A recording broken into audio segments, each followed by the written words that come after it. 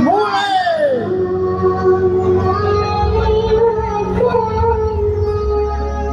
Ya, barusan tadi ya Bapak Ustadz saya alhamdulillah dalam doa, dan selanjutnya hadirin sekalian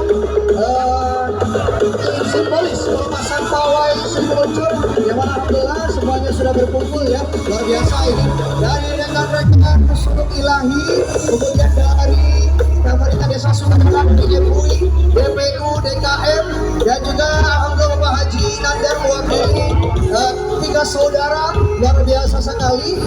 Semuanya hadir pada malam hari ini dan seluruh santri dan santriwati. Kita secara